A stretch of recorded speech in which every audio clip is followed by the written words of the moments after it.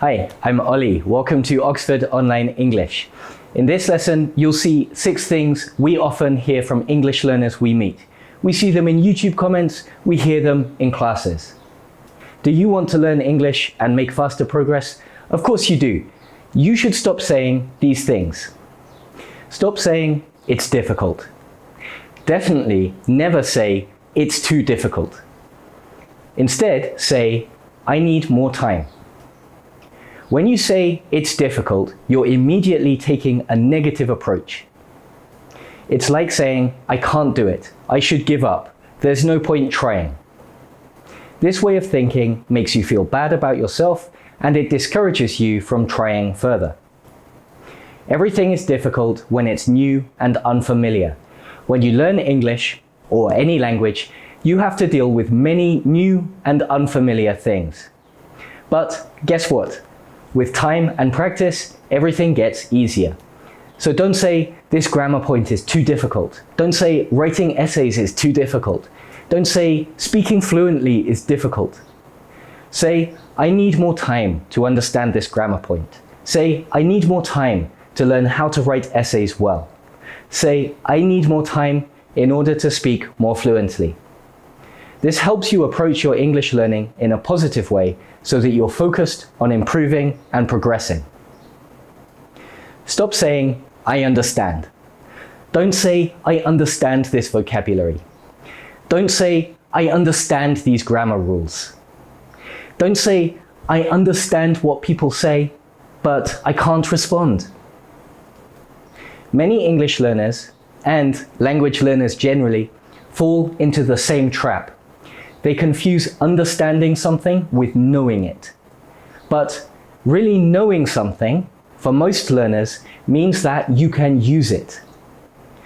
I understand how to play the piano. You hit the keys in the right order at the right times. I can't play the piano. So is it useful that I understand how? No. Let's come back to you and your English. You're reading something in English. You find a word you don't know. You look it up in your dictionary, so you know the translation in your language. You think to yourself, I know this word now. You go to English class. Your teacher gives you exercises on a grammar point. You do the exercise, you get most of the questions right. You think to yourself, I know this grammar. Maybe you even complain to your teacher and say, this grammar is too easy, I know this already.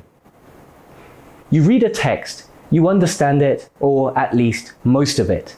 When you try to write something in English, it's a mess. You can't put your ideas into sentences, and your writing is full of mistakes. So then you start saying things like, I understand words, but I can't use them. I understand when I listen, but I can't speak. I understand grammar, but I make mistakes when I speak or write. First of all, it's natural for your passive skills to be better than your active skills. It's natural that your listening and reading are better than your speaking and writing. To some extent, this is normal and it isn't a problem. It's true for native speakers too. But many English learners do have a problem here. They focus on understanding and then they complain that they can't use what they know. If you can't use it, then you don't know it. If you make mistakes with a grammar point, then you don't know it. If you can't use a word when you're speaking, then you don't know the word. It doesn't matter if you studied something 100 times. Can you use it? No? Then you don't know it.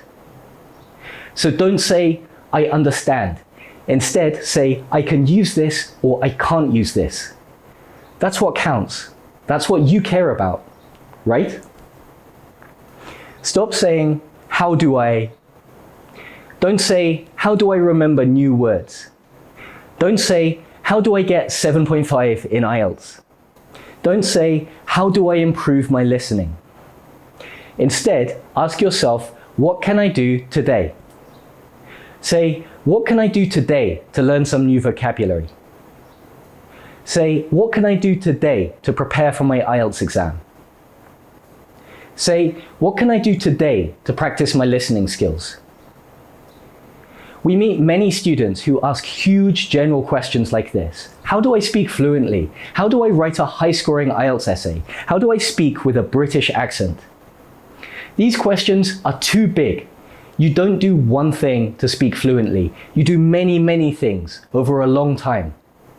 When you ask big, general questions like these, you get trapped in abstract generalizations. You're living in a future dream where you somehow speak perfect English. But you can't control the future. All that time you spend thinking about this abstract future, you're wasting time right now. Focus on what you can do today. There's a saying in English. Actually, it's in the form of a question. How do you eat an elephant? Have you heard this? Do you know the answer? You eat an elephant one bite at a time. That's what learning English is like. If you look at the whole task, it seems impossible. It's like eating an elephant. It's too big. But you can do it. People do it. It's not even rare. You can do it too. You just have to do it one bite at a time. Focus on what you can do today. That's the only thing you can control. Stop asking questions like, how long will it take me to?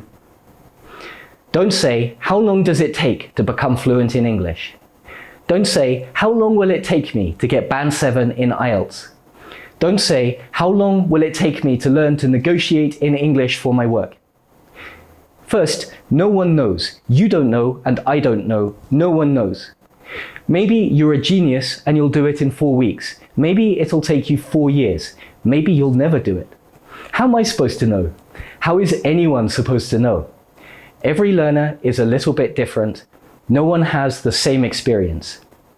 Secondly, often this question hides something underneath. This question often says, I don't want to study English. I don't want to spend my time and money studying English, but I have to. So how can I get what I want while spending as little time and money as possible? Look, being efficient with your time and money is a worthwhile goal. But if you're trying to learn English and your starting point is, how do I do this cheaply and without spending much time, then your chances of success are slim. Here's the answer. If you don't want to study English, then don't. You don't have to. If you really don't want to, then you probably won't learn much anyway. So what should you say instead? Instead, ask, what's the next step if I want to? What's the next step if I want to get Band 7 in IELTS? What's the next step if I want to improve my speaking? What's the next step if I want to stop making so many grammar mistakes? Again, these questions focus you on the present and encourage you to take action now. This increases your chances of making progress. Stop saying, I can't.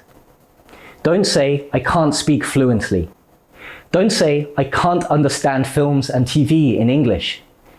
Don't say, I can't write without making mistakes. Instead, ask yourself, why? Why can't I speak fluently? Why can't I understand films and TV in English? Why do I make so many mistakes when I write?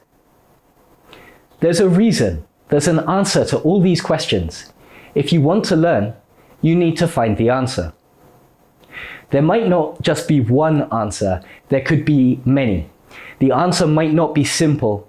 In fact, it almost certainly won't be. But finding an answer is the first step. Why can't you speak fluently? Maybe you don't get enough opportunities to speak English. Maybe you live 99% of your life speaking and thinking in your native language. Maybe you lack vocabulary. Maybe your pronunciation needs work. Maybe something else. I don't know. Remember, every learner is a little bit different. You need to find the answer for you. Thinking this way will encourage you to take action and do something now. Saying I can't all the time just makes you feel bad. Find out why, then do something about it. Stop saying I want. Stop saying I need. Don't say I want to improve my speaking. Don't say I want to have a bigger vocabulary. Don't say I need to get band 6.5 in IELTS. Often, when English learners say I want or I need, there's a second meaning. It's not bad to have goals or to want things, but if you say this, is this all you mean?